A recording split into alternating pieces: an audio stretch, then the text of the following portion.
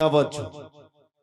सैयदना उमर फारूक रज़ियल्लाहु ताला अन्हु का नाम तो सुना, कौन नहीं जानता उस उमर इब्ने खत्ताब, जिनके रौब और दबदबे से कैसर और किसरा कांपते थे। लेकिन दरबार रसूल में जब वो थे, हुजूर पाक सल्लल्लाहु ताला अलैहि वसल्लम कब्र के हालात बता रहे थे।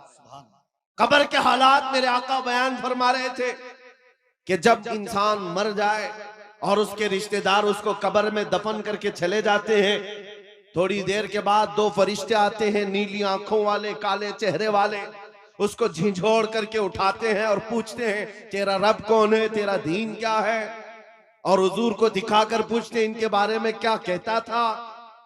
और वो सख्त सवालात होंगे, बहुत सारे लोग उस वक्त कब्र में भूल जाएंगे, कुछ बहुतों को याद नहीं होगा। सुनो मेरे अजीज, मेरे आका ने जब ये बयान फरमाया तो हजरत उमर से पूछा रसूल पाक ने, ए उमर तुम बताओ जब तुम्हारी कब्र में फरिश्ते आए तो तुम क्या कहोगे? तवज्जो है, किसके बारे में? मुनकर नकीर जब आएंगे तब तुम क्या जवाब दोगे? ये तो डर की बात थी, खौफ की बात थी। कब्र में कौन नहीं डरेगा, सोचकर आज डर लगता है। हजरत उमर ने पहले हुजूर से ये पूछा, या रसूल अल्लाह आप सिर्फ इतना बता दे, आज जो मैं आपसे मोहब्बत करता हूं, क्या मेरी मौत के बाद भी ये मोहब्बत कायम रहेगी? ये मोहब्बत कायम रहेगी? हुजूर ने फरमाया, ए उमर वो दुनिया की मोहब्बत है जो मौत के बाद खत्म हो जाती है, और जो मुझसे मोहब्बत करता है वो हश्र तक बाकी रहती है। तब हज़रत उमर ने क्या कहा, वजद में आ गए, खुशियों में आ गए, कहा या रसूल अल्लाह फिर खौफ किस बात का, अगर आपकी मोहब्बत मेरे साथ है कब्र में भी तो मुनकर नकीर को मैं खुद निपट लूंगा, मैं खुद निपट लूंगा। वो बंदा बेखौफ होकर जीता है जो एक बार बाजार मुस्तफा में बिक जाता है। इसी को इकबाल ने कहा था, तो आलम से करती है बेगाना दिल को, अजब चीज है लज्जत आशनाई, अजब चीज है लज्जत आशनाई।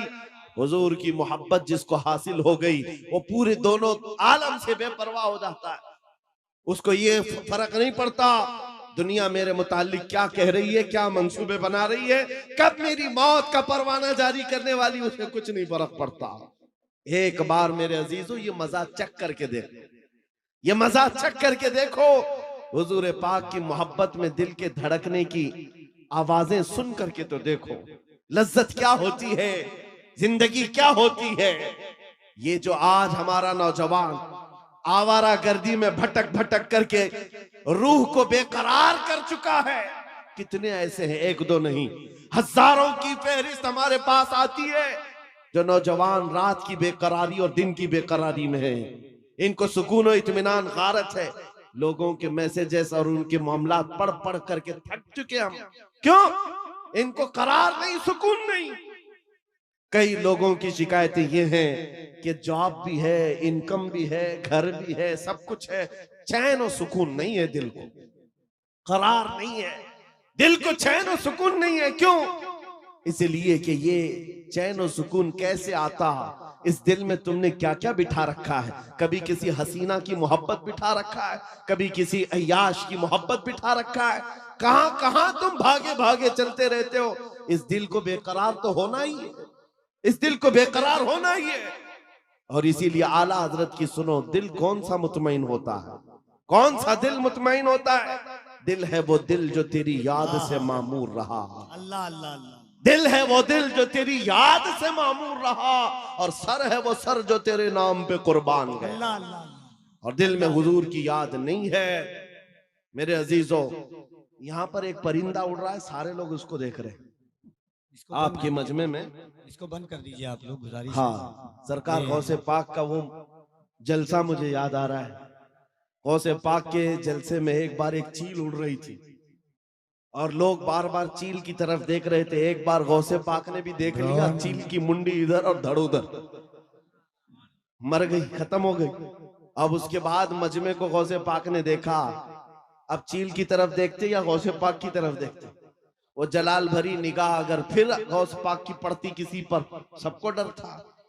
बहरहाल मेरे अजीजों, हम महफिले रसूल में बैठे हुए हैं तो सिर्फ बात रसूल पाक की हो, सुभान अल्लाह, बेशक, और सुनने के लिए कान भी हुजूर के लिए हो और बेशक। देखने के लिए आंख भी हुजूर की हो। अल्लाह अल्लाह अल्लाह। हम जो मजमे में बैठते हैं ये मत समझो कि आप मुझे देख रहे हैं, इन उलमा को देख रहे हैं। इन आंखों को थोड़ी देर और इंतजार कराओ। मैं महफिले रसूल में बैठा हूँ, मेरे आका अगर करम कर लिए आंखें बंद हो जाएं तो खुद अपना दीदार करा। अल्लाह, नारे तकबीर, और जरा मोहब्बत से नारे तकबीर, नारे रिसालत, अज़मत इस्लाम कॉन्फ्रेंस।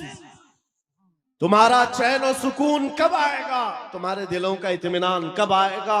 इस दिल को आवारा जितने दिन रखोगे उतने दिन बेकरार रहोगे, उतने दिन ठोकरें खाते रहोगे।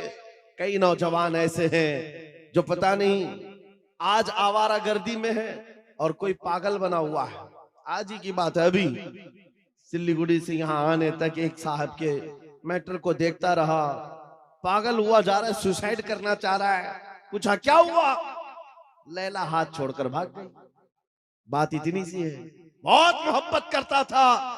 लैला ने कहा अब हमारा तुम्हारा रिश्ता नहीं हो सकता। बस इतनी सी बात पर अब ये खुदकुशी करने चल पड़ा, जहर खाने चल गया। हैरत होती है नौजवान, क्या तेरी जिंदगी सिर्फ एक दुनियावी लैला के लिए दी गई थी? कैसा बुज़दिल आदमी है तू, कैसा बुज़दिल है, एक लड़की के लिए जीना चाहता है। अरे उस खालिद बिन वलीद को पढ़ा होता, अल्लाह अल्लाह अल्लाह, उस खालिद बिन वलीद को पढ़ा होता। कहते हैं मैं तो हर जंग में इसलिए जाता कि शहीद हो जाऊं, हाय हाय हाय हाय हाय हाय, हर जंग में जाता था कि शहीद हो जाऊं, अल्लाह अल्लाह अल्लाह, शहादत नहीं मिलती हाय थी। हाय हाय। और फिर कहते हैं मेरे पूरे जिस्म में एक बालिश्त जगह भी बाकी नहीं जहां तीर या तलवार न लगी। 125 जंगों में शरीक हुए, एक ही जंग है जंगे मौता जिसमें 9 तलवारें उनके हाथ से टूटी हैं। 9 बार तलवार टूटी, 9 तलवारें बदली, लेकिन पीछे आने को नहीं है। उस जवान को भी पढ़ लिया होता तो तुम्हारे जज्बे जवान होते। हैरत की बात यह है आज ये जो पागल मजनू बना घूम रहा है बेकरारी में, ये खालिद बिन वलीद को कहां पड़ा होगा?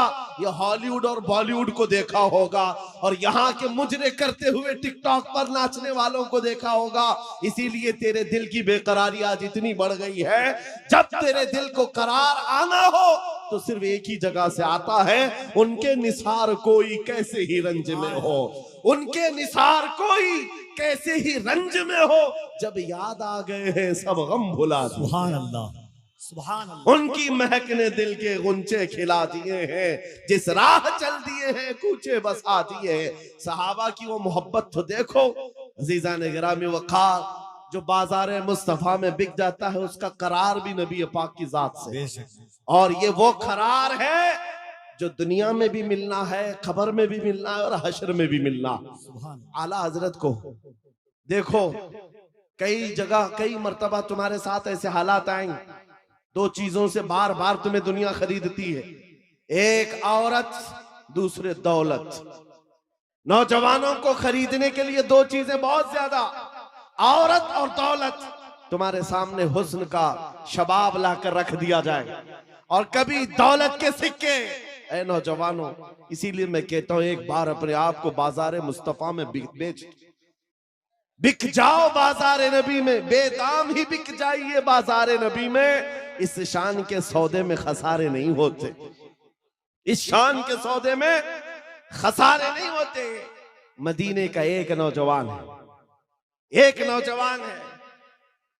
मुझे तो यहाँ आपके इस शिवरामपुर में बताया गया कि ये मजमा सुबह तक बैठने वाला है।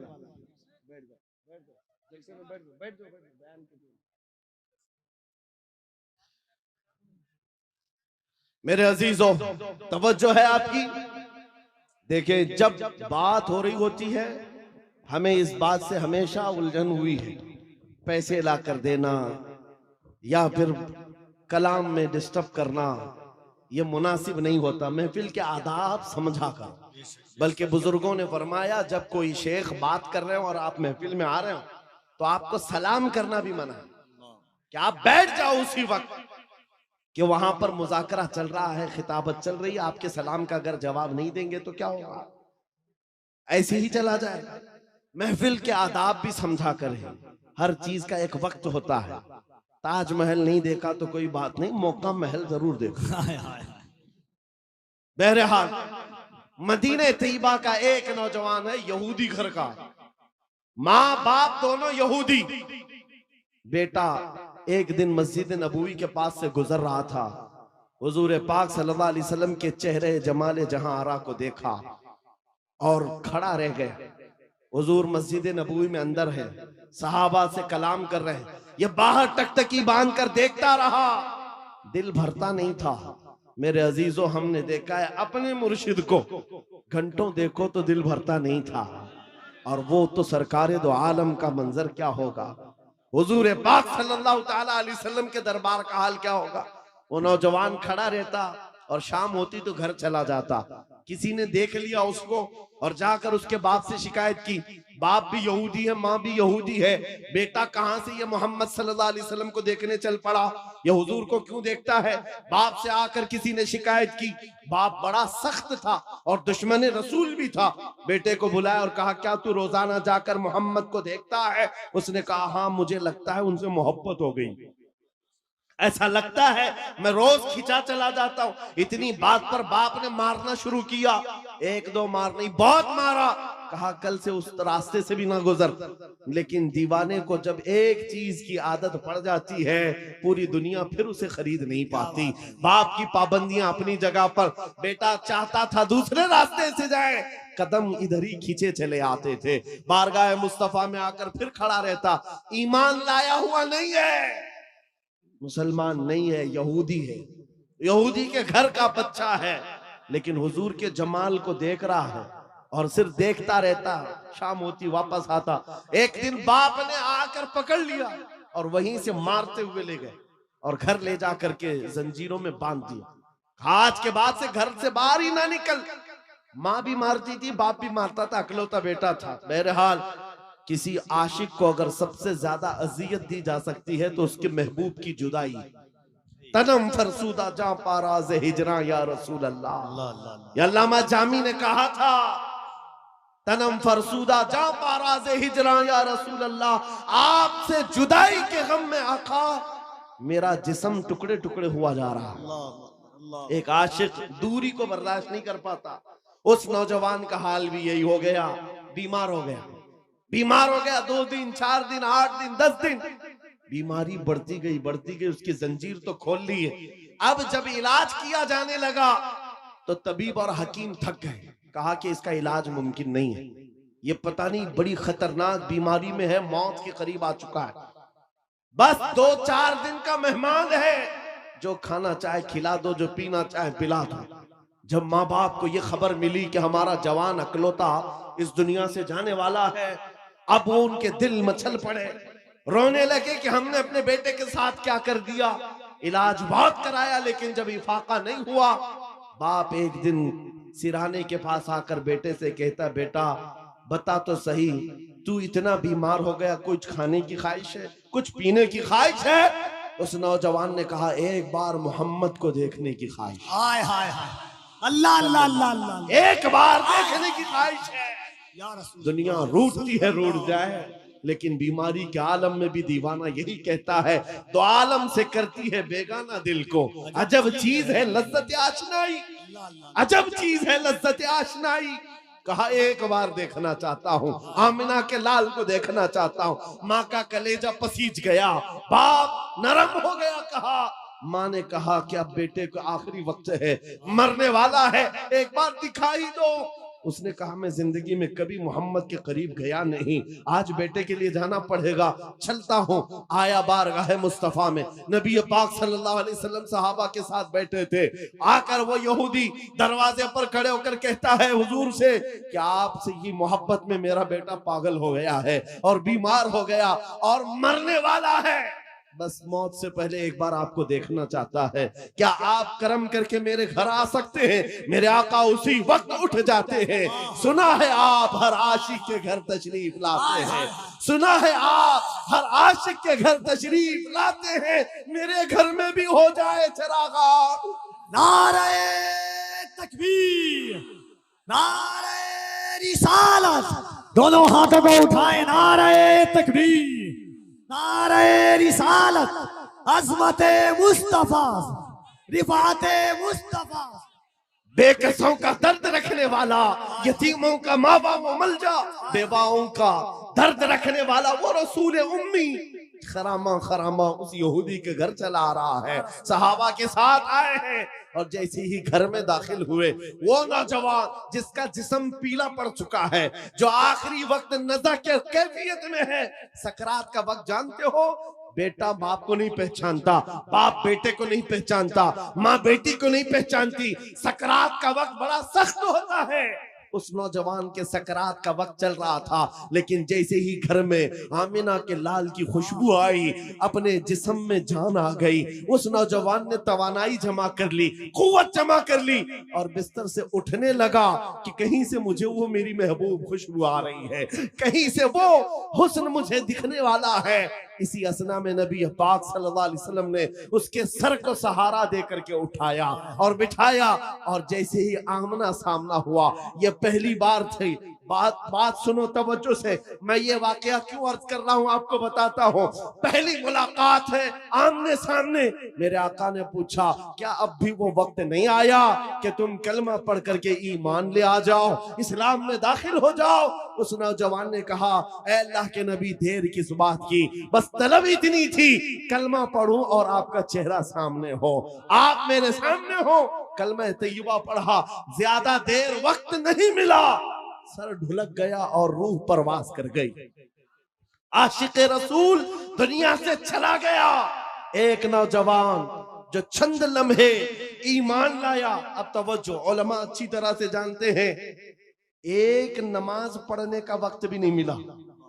हुजूर को देखा, ईमान लाया और इंतकाल हो गया। एक नमाज का वक्त भी नहीं आया जिंदगी में, एक रोजा रखने का वक्त भी नहीं आया, ज़कात भी नहीं दे सका, हज जाने का मामला ही नहीं आया। अरे कोई नेकी नहीं कर सका, इतना वक्त ही नहीं मिला, बस शॉर्ट पीरियड। एक बार ईमान लाया और इधर रूह परवास कर गई। लेकिन मकाम क्या है उस जवान का, मकाम क्या है? अल्लाह अल्लाह, वो सहाबियत के उस मकाम पर पहुंच गया जहां गौसे पाक फरमाते हैं, वक्त का गौस और कुतुब भी उनके घोड़े के टाप से उड़ने वाली धूल के बराबर भी नहीं हो सकता। नारे तकबीर, नारे रिसालत, अज़मत इश्क़े मुस्तफा, अज़मत इश्क़े मुस्तफा। कोई दुनिया की ताकत फिर उस मकाम को नहीं पहुंचा सकती जो एक बार बाजारे मुस्तफा में बिकने वाले की कुव्वत होती है। एक बार बिक गया, कीमत कहाँ है, कीमत कहाँ है? इसीलिए क्या खूब कहा है, कुव्वत इश्क से हर पस्त को बाला कर दे। पस्त किसको कहते हैं? नीचे वाले हिस्से को, और बाला कहते हैं ऊपर वाले हिस्से को। सिर्फ एक ही ताकत है जो तुझे नीचे से बहुत ऊपर तक ले जाती है, जमीन से आसमान पर ले जाती है। वो कौन सी कुव्वत है? कुव्वत इश्क है। हुजूर के दरबार में फिदा होना कुव्वत इश्क से हर पस्त को बाला कर दे, दहर में नाम मोहम्मद से उजाला कर दे। सुभान अल्लाह। सीमांचल का वो इलाका या किशनगंज से मुत्तसिल या आपका छोटा सा गांव, लेकिन ये मंजर जो देख रहा हूं, यहाँ न मिंबर पर जगह है न मैदान में जगह है।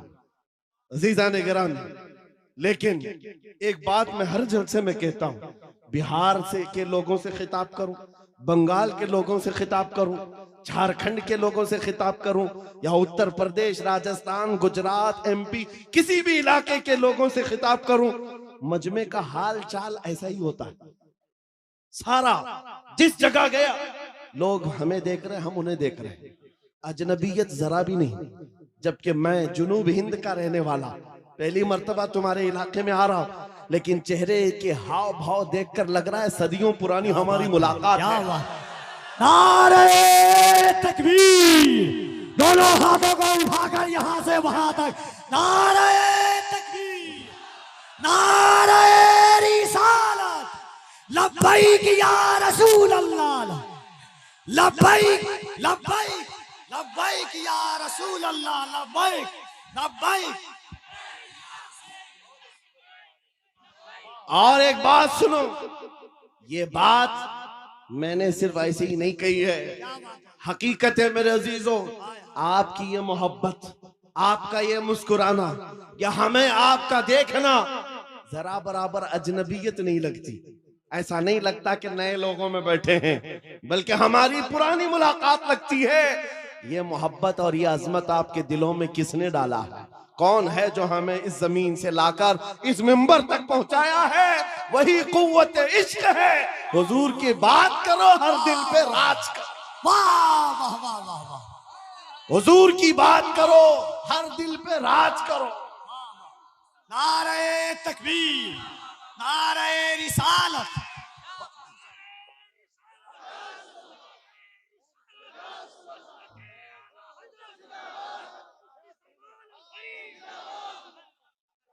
और एक बात कफील साहब, मैं आपको बताऊं, बहुत सारे लोग शिकायत करते हैं मौलाना बिरादरी में हसद बहुत होता है। ये बहुत सारी जगह शिकायत हुई है, कोई किसी की कबूलियत नहीं देखता, या एक दूसरे की टांग पकड़ते हैं। वल्लाह मैं कह रहा हूं, वल्लाह कह रहा हूं, इतने जलसों में एक भी आलिम को हसद करते हुए मैं आसपास देखा ही नहीं। मेरे अपने जलसों में मैंने देखा ही नहीं। मेरे बाप की उम्र के उलमा को भी इज्जत से मिलते हुए देखा। मेरे बाप की उम्र के छोटे उलमा जो उम्र में कम है उनकी बात नहीं कर रहा हूं, मुझसे बड़े मेरे उस्ताद की उम्र के, मेरे बाप की उम्र के, सब इज्जत से मिल रहे हैं। ये देख करके फिर पता चलता है इन सब के दिलों में अजमत किसने डाली? कुव्वत इश्क से हर पस्त को वाला कर। अल्लाह अल्लाह अल्लाह। अजब चीज है लज्जत आशनाई। या रसूल अल्लाह, जब तक बिके न थे तो कोई पूछता न था, तुमने खरीद कर हमें अनमोल कर दिया। ये है हकीकत में बिक जाने की कीमत। लोग पूछते हैं हुजूर के दरबार में आप बुलाते हैं, क्या मिलेगा? बेदाम ही बिक जाइए, बेदाम ही बिक जाइए, पूछना मत कि क्या मिलने वाला। बेदाम ही बिक जाइए बाजार नबी में। इस शान के सौदे में खसारे नहीं होते, हाँ आजमाइशें होती हैं। हाँ एक बात ये भी समझ करके चलो कि हुजूर पाक की वफादारी और उनकी गुलामी में आने के बाद ऐसा नहीं कि रोज हलवा पराठा मिलता रहेगा, रोज जो है मुरक्कन ग़िज़ाएं खाने की और आराम से जीने की जिंदगी आसाइशों के साथ मिलेगी, ये जरूरी नहीं। हुजूर के गुलामों को आजमाया भी जाएगा, और ऐसा आजमाया जाएगा आम लोगों को नहीं, हुजूर के गुलामों को। कभी तो उनको जेल की सलाखों के पीछे रखा जाएगा, कभी तो उनको फांसी के फंदे तक भी पहुंचाया जाएगा। जो जितना बड़ा आशिक है उतना ज्यादा वो मुसीबतों से गुजारा जाता है, लेकिन जो सच्चा आशिक होता है वो दायम कायम रह जाता है। अब आपको मैं बताता हूं, बहुत सारे लोगों को तकलीफें हैं, मुसीबतें हैं, करार नहीं है, सुकून नहीं है। क्यों?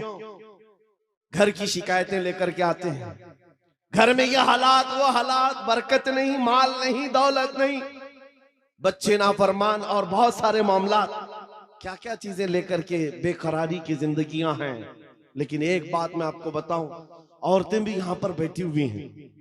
औरतों का मिजाज आप जानते हैं, इनको अगर दर्द से तड़पता हुआ कभी किसी ने देखा होगा, एक ही चीज पर ये सबसे ज्यादा तड़पती हैं, इनके बच्चे को अगर कुछ हो जाए। माँ के बेटे को गोद से निकालो, फिर देखो उसका तड़पना क्या होता है। उसका तड़पना, ममता मशहूर है पूरी दुनिया की, माँ की ममता बेकरार हो जाती है। माँ बच्चे के दर्द को बर्दाश्त नहीं करती, ये पूरी दुनिया जानती है कि नहीं है? पूरी दुनिया जानती है। लेकिन मदीने की एक माँ ऐसी भी है, मदीने की एक माँ ऐसी है। बारगाह मुस्तफा में जब रसूल पाक सल्लल्लाहु अलैहि वसल्लम जंग में जा रहे हैं, 1.5 साल का दूध पीता बच्चा लेकर के आ गई।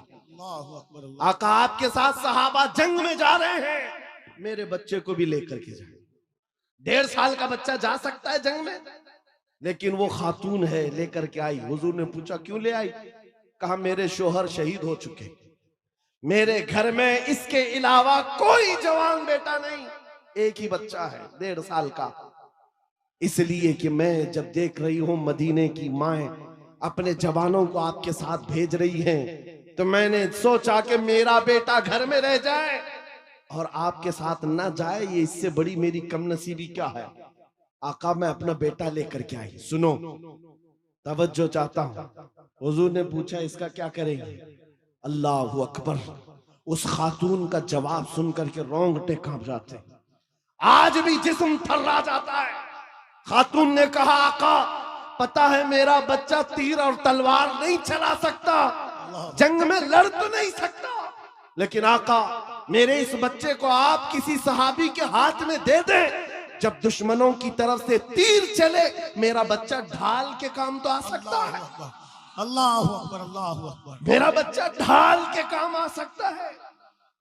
हुजूर पर फिदा होने का जज्बा ये मदीने की औरतों में देखा है। अजब चीज है लज्जत आशनाई, अजब चीज है लज्जत आशनाई। हुजूर के फिदाइयों का कोई मुकाबला नहीं कर सकता दुनिया में। जो हुजूर पर लोगों ने फिदा किए हैं, अपने बच्चे, अपने माल, अपने जान, ये मंजर पूरी दुनिया में दोबारा ला भी नहीं सको। अजीजा ने गिरामे वखार, बात सिर्फ इतनी ही मैं करके रुखसत होना चाहता हूं। तुम्हारी बेकरारी, तुम्हारी बेकली, बेचैनी खत्म हो सकती है। एक बार दिल को धड़कना सिखा दो, किसी लैला के नाम पर नहीं, किसी मजनू के नाम पर नहीं, दिल की धड़कन से आवाज आनी चाहिए। मैं सो जाऊं या मुस्तफा कहते कहते, खुले आंख सल्ले अला कहते कहते, जब बेकरारी ज्यादा बढ़ जाए तो फिर तुम्हारी जुबान बे इख्तियार पुकारने लगे, शाफी हो नाफी हो तुम, वाफी हो काफी हो तुम, दर्द को कर दो दवा, तुम पे करोड़ों दुरूद, तुम हो हफीजो मुगीस, क्या है वह दुश्मन खबीस, या रसूल अल्लाह तुम हो तो फिर खौफ क्या, तुम पे करोड़ों दुरूद।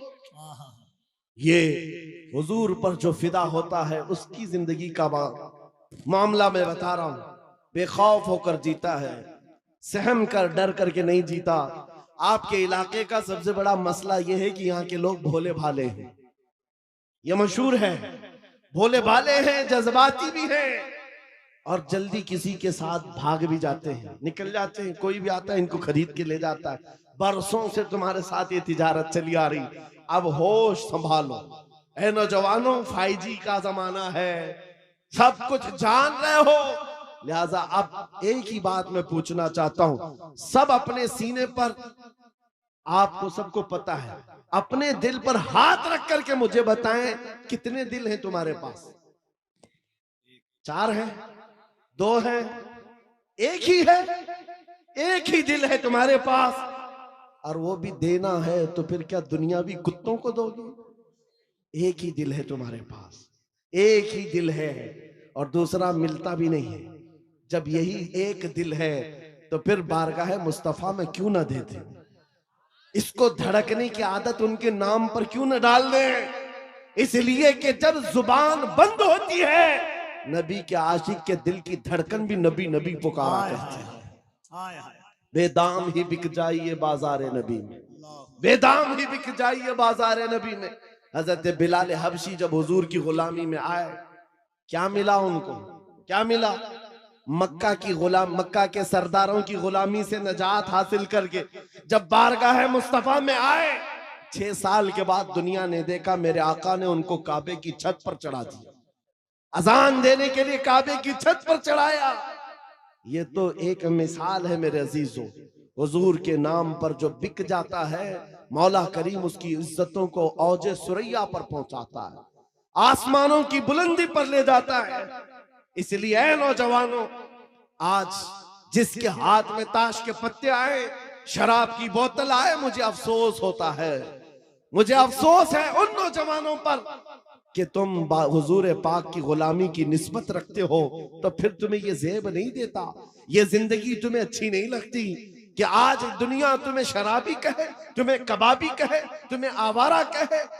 तुम जानते हो जब दुनिया ताना मारती है तो नबी के नाम से तुम्हें ताना देती है, नबी के नाम से ताना देती है। अपने आप को ऐसा ना बनाओ कि हुजूर के नाम पर कोई उंगली उठा सके, हुजूर के नाम पर कोई उंगली उठा सके। मैं जो बात कर रहा था उसको कंप्लीट कर देता हूं और फिर अपनी बात को भी खत्म करने पर आ रहा हूं। मदीने की एक खातून जिसका एक जंग में भाई भी शहीद, बेटा भी शहीद, बाप भी शहीद, शोहर भी शहीद, एक जंग में 4 रिश्तेदार शहीद हो चुके हो, जरा अपनी औरतों से पूछ करके बताओ कौन सी औरत है जो बर्दाश्त कर पाएगी। अरे एक का शोहर इंतकाल कर जाए महीनों रोती है औरत, बेटा इंतकाल कर गया तो औरतें अपना दिमागी तवाजुन खो बैठती हैं, बर्दाश्त नहीं कर पाती। और बाप की रुखसती तो औरत को कमजोर कर देती है, और भाई की रुखसती उसको ढीला कर देती है। लेकिन मदीने की एक खातून एक ही जंग में 4 रिश्तेदार शहीद हुए। लोगों ने खबर दी, ए खातून तेरा बेटा शहीद हुआ, तेरा शोहर शहीद हुआ, तेरा बाप शहीद हुआ, तेरा भाई शहीद हुआ। वो खातून कहती, आने वालों जरा ये तो बताओ आमिना के लाल सलामत हैं या नहीं, अल्लाह के रसूल सलामत है या नहीं। लोगों ने कहा हाँ अल्लाह के नबी सलामत हैं। इतने पर इक्तिफा नहीं, उसने कहा आरूनी फअंजुर इलैहि, मुझे दिखाओ एक बार देखना चाहती हूँ, दिखाओ मुझे एक बार देखना चाहती हूँ। जिस खातून का बेटा जंग के मैदान में लाश है और जिसका भाई भी लाश बना हुआ हो, जिसका बाप भी, जिसका शोहर भी इंतकाल किया हो, उस वक्त औरत की ख्वाहिश सिर्फ ये है मुझे एक बार ताजदार मदीना को देखना है, हुजूर को देखना है। जब लोगों ने कहा रसूल पाक सलामत है, वो अपना आंचल आगे करती है और कहती है मेरा चांद सलामत तो पूरी कायनात सलामत है। या रसूल अल्लाह कुल्लु मुसीबतिन बादका जुललुन, अल्लाह के रसूल अगर आप हैं तो फिर हर मुसीबत छोटी है। उन सहाबा का ये नारा था, उन सहाबा का नारा क्या था, हर सितम हर मुसीबत गवारा है, हर सितम हर मुसीबत गवारा है। या रसूल अल्लाह एक बार तुम कह दो कि तू हमारा। नारे तकबीर, नारे रिसालत, अज़मत इस्लाम कॉन्फ्रेंस, जामिया फैजान ताजुश्शरिया। मेरे अजीजों, हमारी बात कंप्लीट हो गई। जहां पर भी मैं गुफ्तगू करता हूं मेरी बात सिर्फ एक ही होती है, एक ही बात है कि मोहम्मद से वफा तूने तो हम तेरे हैं। अरे जहां चीज है क्या, लौह कलम तेरे। लौह कलम किसको कहते हैं? ये छोटे कलम और तख्ती का नाम नहीं है, लौह कलम की बात की गई है। सब तेरे हिसाब से आ जाएगा।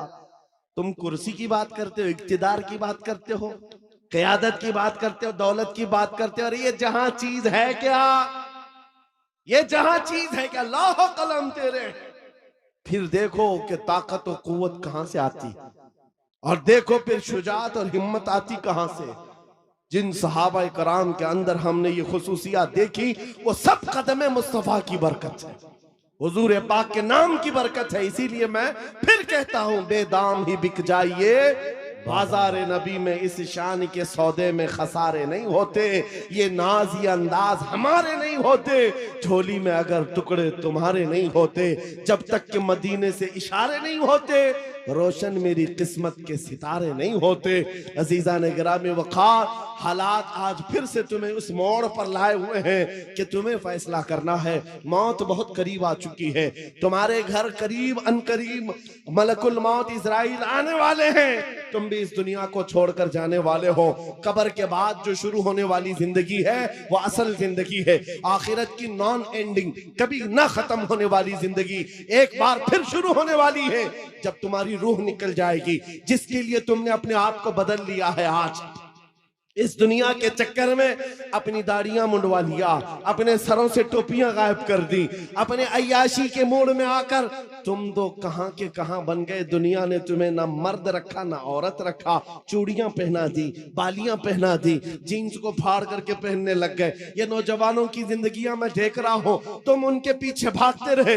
ये न तुम्हें औरत बनना देना चाहते न मर्द, बल्कि बीच वाला बनाकर छोड़ देते हैं और तुम उनके पीछे भागे जा रहे हो। आज मेरे अजीजों, थोड़ी सी लाइफ बाकी है, थोड़ी सी जिंदगी बाकी है, धड़कनें थोड़ी सी हैं। तुम में से किसी को नहीं मालूम, कोई अगर ये कहता है कि बुढ़ापे में ही मौत आती है तो झूठा है, वो गलत है। बुढ़ापा कुछ लोगों को मिलता है, और ना जनाजों के जनाजे जाते हुए भी देखे हैं हमने, जवानों के जनाजे भी उठते हुए देखे हैं, बच्चों के जनाजे भी उठते देखे हैं। क्या तुमने अपने हाथों से जवानों को दफन नहीं किया? आज यहाँ बैठा हुआ हर जवान कोई गारंटी नहीं देख सकता कि कल का सूरज वो देखने वाला है, कल की सुबह वो देखने वाला है। हम में से किसी को नहीं मालूम, न तुम्हें मालूम न मुझे मालूम। मैं भी नहीं कह सकता कि कल की सुबह मैं जिंदा रहूंगा।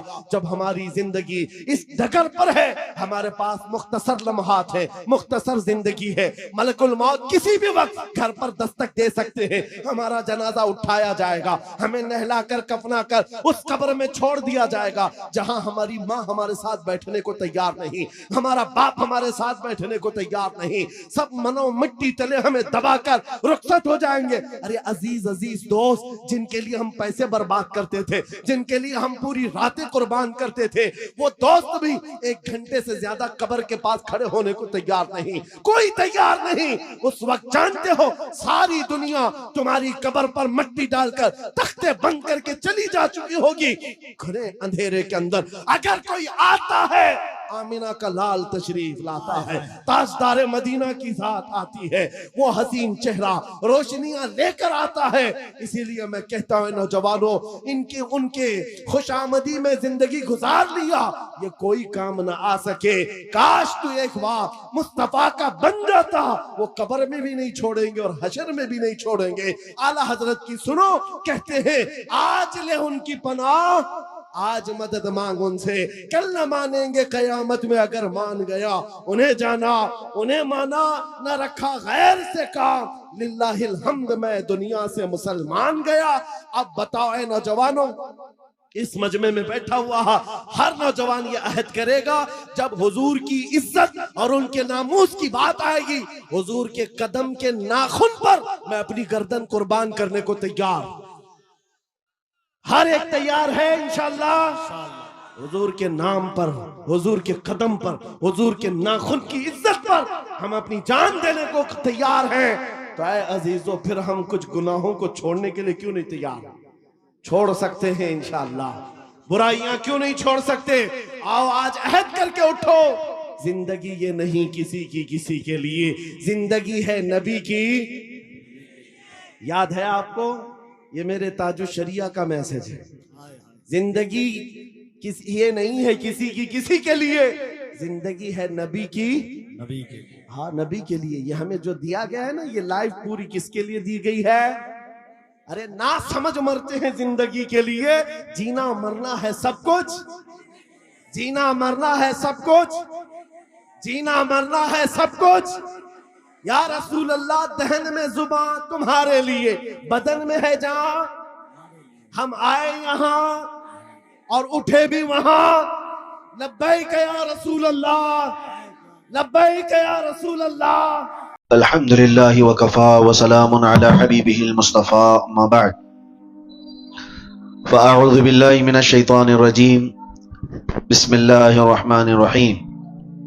वज़क्किर फ़इन्न ज़िक्रा तनफ़उल मुमिनीन, सदक़ल्लाहु मौलानाल अज़ीम। बारगाह रिसालत मुआब सल्लल्लाहु अलैहि वसल्लम में दुरूद पाक का हदिया पेश करें। अल्लाहुम्मा सल्लि अला सय्यिदिना मुहम्मदिन मअदनिल जूदि वल करम व आलिहि व अस्हाबिहिल किराम व इब्निहिल करीम व बारिक व सल्लिम सलातन दाइमतन सरमदन अबदा। अल्लाह ताला के अजाब की बहुत सारी अलग अलग शक्लें हैं और अजाब आने के अंदाज भी अलग हैं। अजाब की शक्लें जो सुनते आए कि पत्थरों की बारिश हो जाना, आग का फैल जाना, तूफान का आ जाना, हवाओं से हिलाक होना, चेहरे बंदर की शक्ल के बन जाना, ये एक अलग शक्ल है अजाब की। बाज सूरतें अजाब की शक्ल में और अलग होती हैं, जैसे भूखमरी का आम हो जाना अल्लाह का अजाब है, बीमारियां फैल जाना। और उसमें से एक अलग शक्ल ये है कि बरकतों को उठ जाना, चेहरों की रौनक को खत्म कर दिया जाना, रूहानियत सल्ब कर लिया जाना, यह भी अल्लाह के अजाब की एक शक्ल है। आने के जो अंदाज हैं, अजाब 2 किस्म से आता है। कभी इंडिविजुअल तन्हा तन्हा कोई आदमी अजाब में मुब्तला हो जाए, और कभी इज्तिमाई अजाब, पूरी कौम अजाब में मुब्तला हो जाए। 2 तरीके हैं। अजाब की शक्लें भी मैंने बताई और अजाब के आने के अंदाज 2 किस्म के हैं। मखसूस लोग अजाब में मुब्तला हो जाए, यह भी हो सकता है, और कभी इज्तिमाई तौर पर बड़ी जमात अजाब में मुब्तला हो जाए, यह भी हो सकता है। मखसूस लोग जो अजाब में मुब्तला होते हैं उनके अपने अफ़आल हो सकते हैं, लेकिन इज्तिमाई अजाब जल्दी नहीं आता। इज्तिमाई अजाब अल्लाह तबारक व तआला का फौरन इस तरह से नहीं आता। उसकी वजूहात जो बयान की गई हैं कि इज्तिमाई अजाब कभी आता है किसी कौम पर, तो उसके कारण क्या है, उसके रीजंस क्या है। 3 चीजें बताई गई है मुहद्दिसीन ने और शारहीन ने। पूरी कौम अजाब में मुब्तला हो जाती है तो 3 असबाब उसके बड़े हैं, बड़े कारण। पहला सबब मुस्तदरक लिल हाकिम हदीस पाक कि अगर कौम के अंदर सूदखोरी बढ़ जाए। दूसरा कारण, दूसरा सबब अगर जिना फैल जाए। तीसरा सबब ज़कात से लोग दूर भागने लग जाएं, ज़कात की अदायगी में कोताही करें। तो फरमाया गया ये 3 असबाब ऐसे हैं जिससे अल्लाह ताला का इज्तिमाई अजाब कौम पर आता है। इज्तिमाई अजाब के वो लोग शिकार हो जाते हैं। ये 3 चीजें जब जब किसी कौम में फैलती हैं तो पूरी कौम अजाब में मुब्तला हो जाती है। आज हम देख रहे हैं कि इज्तिमाई तौर पर लोग अगरचे पत्थरों का अजाब नहीं देख रहे होंगे, आसमान से आग बरसने वाला अजाब नहीं देख रहे होंगे, जमीन के फट जाने और धंस जाने का अजाब नहीं देख रहे होंगे, लेकिन एक अजाब तो हम देख रहे हैं कि हमारे अंदर से रूहानियत गायब हो चुकी है। यह अजाब तो है। इज्तिमाई अजाब के जो लोग शिकार हुए हैं, यह जरूरी नहीं है कि आग के गोले बरसें और पत्थरों का अजाब आए, वो पिछली कौमों पर होता रहा। लेकिन फी जमाना हम जो इस अजाब के शिकार होते हैं उसमें से जो हम देख रहे हैं बरकतों का उठ जाना, चेहरों के रौनक का खत्म हो जाना, रूहानियत हमारी सल्ब कर ली जाए। और सबसे बड़ी बात यह है कि अल्लाह का सबसे बड़ा अजाब क्या है? अल्लाह का सबसे बड़ा अजाब यह है कि जीते जी ईमान की दौलत छीन ली जाए। यह सबसे बड़ा अजाब है। मौत तो एक बार आएगी, लेकिन ईमान के बगैर मर गया तो आखिरत में हमेशा हमेश उसे दोज़ख है, हमेशा हमेश की जहन्नम में जाएगा। वो सबसे बड़ा अजाब है।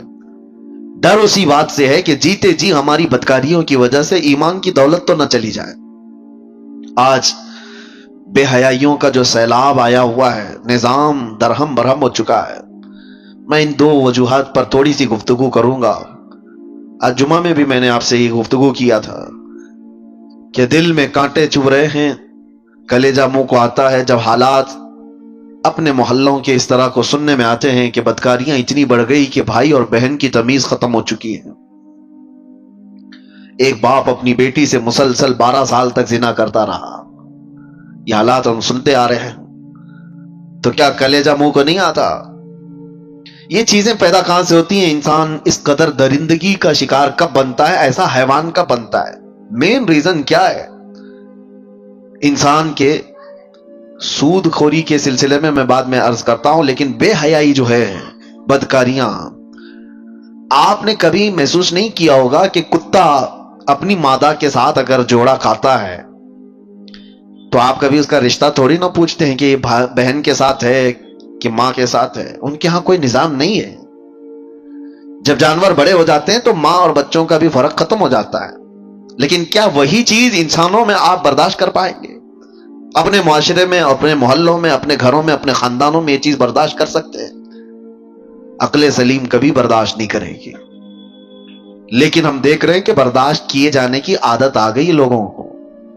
ये सब देख करके हंस करके गुजर जाते हैं। अब तो बड़े बड़े हादसा पर आप सिर्फ और सिर्फ एक स्टेटस दिन भर लगाएंगे, उसके बाद हो गया। बड़े बड़े हादसा सिर्फ और सिर्फ एक दिन की न्यूज बन करके खत्म हो जाते हैं। ये इंसान की दरिंदगी यहां तक जो आती है, उसके कुछ असबाब तो हमें ढूंढना चाहिए कि क्यों इस तरह से इंसान बेहया हो गया। सबसे पहला रीजन है उसके रिस्क का, उसके खाने का। गाड़ी में जैसा पेट्रोल डालोगे वैसी ही गाड़ी चलेगी।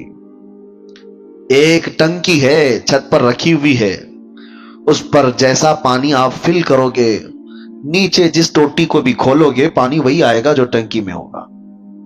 रिस्क हलाल अगर जिस्म के अंदर जाता है तो उसके आज़ा से हलाल काम होंगे। हराम रिस्क का आज इतना दौर दौरा हो गया है कि लोगों ने अब एहतियात करना भी छोड़ दिया। ये जो जुबान का चस्का है, आज मुसलमानों से मैं गुफ्तगू कर रहा हूं, दूसरों को मत देखें आप कौन क्या खा रहा है।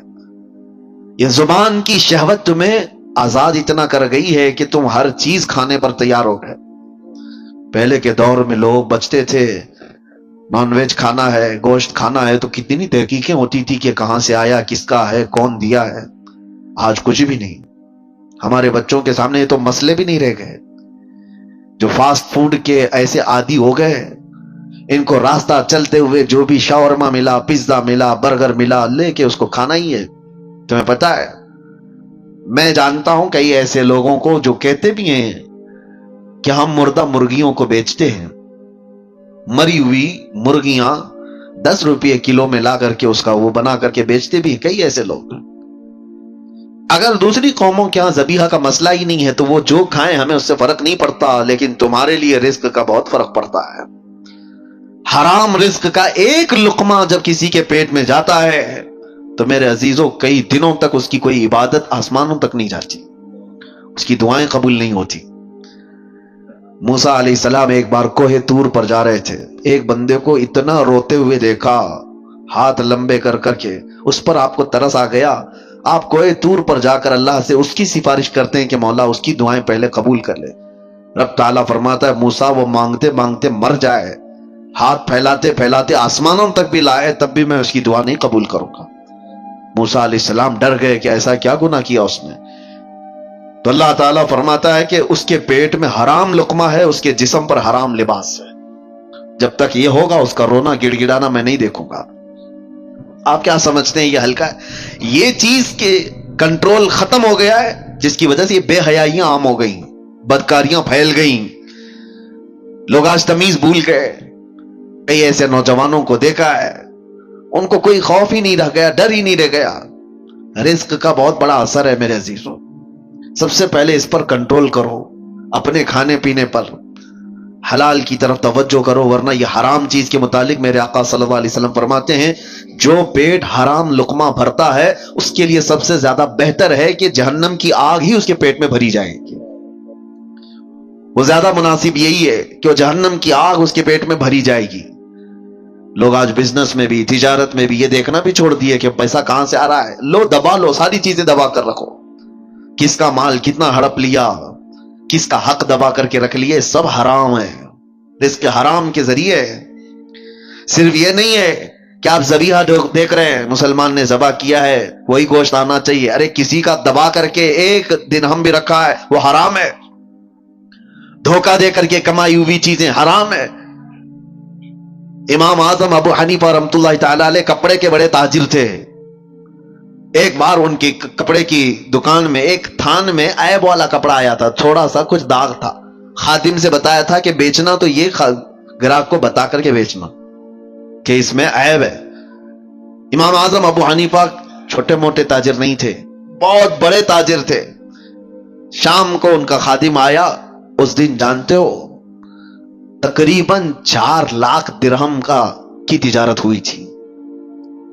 सबसे पहले आपने सवाल किया क्या वो ऐब वाला जो कपड़ा था वो थान बिक गया?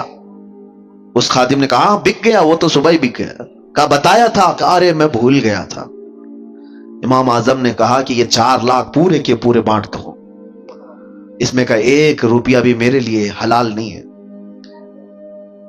मेरे अजीजों ये अइम्मा इज़ाम थे जिन्होंने शक वाली चीज को भी अपने घर आने नहीं दिया।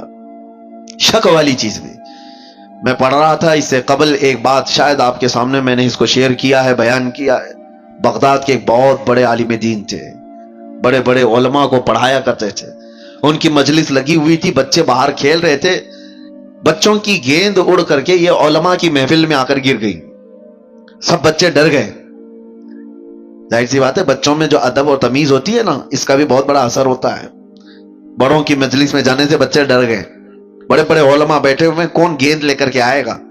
एक बच्चा उसमें कहता है कि मैं लेकर के आ जाता हूं। वो बगैर खौफ किए डरे हुए सारे उलमा की गर्दनों पर फलानते हुए इधर उधर पैर रखते हुए मजलिस में आया और बड़ी बेहुरमती से वो गेंद लेकर के चला गया। वो जो उलमा की मजलिस थी वो छोटे आम लोग नहीं थे, वो औलियाए वक्त थे। उन्होंने देखा उस बच्चे को गौर से, वो बच्चा कोई और नहीं, जो उस्ताद पढ़ाने के लिए बैठे हुए थे उनका ही बेटा था, जो सबसे बड़े आलिम दीन थे उनका बेटा था। सबकी गर्दनें झुक गई कि इस बड़े घर का बच्चा ऐसी कैसी हरकत कर सकता है। वो जो बुजुर्ग थे वो सर झुका लेते हैं, कहते हैं उसका कसूर नहीं। बात दर हकीकत ये है कि जब हमारी शादी हुई और हम घर आए तो हम 3 दिन से फाका में थे, घर में खाने को कोई चीज नहीं थी। मैं और मेरी बीवी फाका कर रहे थे। तीसरे दिन हमारे पड़ोस से एक भुने हुए गोश्त की थाली आई, बहुत उम्दा ग़िज़ा हमारे पास तोहफे में आई। भूख इतनी लगी थी कि हमने पूछा भी नहीं वो कहां से आया, क्या खा लिया, पेट भरकर हम दोनों ने खा लिया। और उसके बाद फिर हमने मुलाकात की, उस रात इसका हमल ठहरा और उसी से यह बच्चा पैदा हुआ। और वो बुजुर्ग कहते हैं मुझे ये लगता है कि वो मशकूक खाना था, ये भी नहीं पक्का कि हराम था, शक था, पता नहीं हलाल है भी कि नहीं। मैंने पूछा नहीं था, खा लिया। और मुझे लगता है उस खाने का, उस रिस्क का असर है कि बच्चा मेरा बेअदब पैदा हुआ है। नस्लों पर भी इसका फर्क पड़ता है। वो औलाद जो आज बहन और मां में फर्क नहीं महसूस कर पा रही है, तो आप सोचो कि कहीं हलाल है कि नहीं है, ये बच्चे हलाल तरीके से पैदा हुए हैं कि नहीं पैदा हुए। जो हलाल नस्ल होती है उसके अंदर अदब और तमीज लिहाज हुआ करता है। बच्चों को पहले ऐसे ही परखा जाता था, खानदान कौन सा है यह भी बच्चों के अखलाक और आदाब से समझ में आता था, बच्चों के बोलने के अंदाज से समझ में आता था कि खानदानी है या नहीं है। आज वो सारी चीजें खत्म हो गई, सारे के सारे वैसे ही हैं। बात करो तो गाली के लहजे से बात करो। छोटे छोटे से बच्चों को सुना है कि मां बहनों की गालियां देते हैं। ये कहां से इनके अंदर ये चीजें आई। मां बाप से मैं कहता हूं आप भी अपने रिस्क का थोड़ा एहतिसाब करो, जायजा लो कि हलाल तरीके से खाकर बच्चे पैदा किए या फिर इसी तरह हराम रिस्क पर। और अगर हराम रिस्क से ही यह नस्ल आई है तो हमारे लिए बड़ा चैलेंज है, बहुत बड़ा चैलेंज है। यहां जहां से इन बुराइयों की शुरुआत हो रही है वहां जाकर के हमें इस्लाह की जरूरत है। इसलिए मैं गुफ्तगू कर रहा हूं। बिगड़े हुए माहौल को हम नसीहतों से संभाल तो सकते हैं थोड़ी देर के लिए, लेकिन जहां से लीकेज है वहां तो रोकने की जरूरत है। कहां से ये लीकेज है, कहां से ये चीजें चल रही हैं। रिस्क सबसे पहले, जिस्म के अंदर बेहयाई पैदा करने वाली सबसे बड़ी चीज उसका रिस्क है। जुबान जो लज्जतों की शिकार है, ये शहवत है, कभी इसको आप सैराब नहीं कर सकते। जुबान जब किसी की आजाद हो जाए। अस्सलाम वालेकुम। आप हजरात को ये बयान अच्छा लगा होगा। बयान अच्छा लगे तो वीडियो को लाइक करें और चैनल को सब्सक्राइब करें और प्यारा सा कमेंट करें और बाद में मिलते हैं। अल्लाह हाफिज।